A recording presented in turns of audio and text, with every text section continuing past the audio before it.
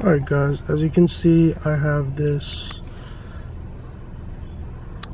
low battery key sign, and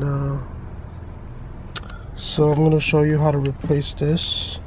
So the first things first, if we could get this camera kind of settled. Alright, so first things first, you take this, it's the key fob for the Honda Accord, and you pull this, kind of pull this off. There you go. Once you get that off, you see over here, right in the middle, put the key in. Once you put the key in, just kind of prop it open.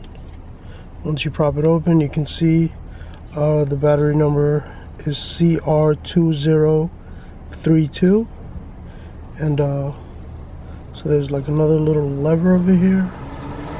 This guy, another little lever over here.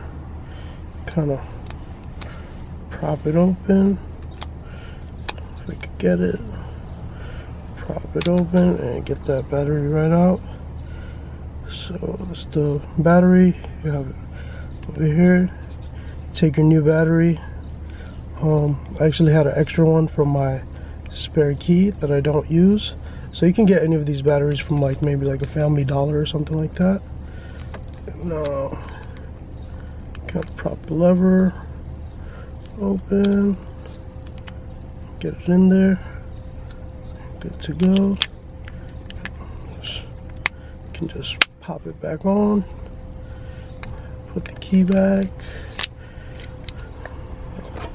Let's turn off the car, turn it back on, and as you can see, the sign is gone. Alright, if this helped you guys, oh, I gotta get some gas. But if this helped you guys, please like and subscribe. Be sure to give this video a thumbs up. Alright, thanks again guys.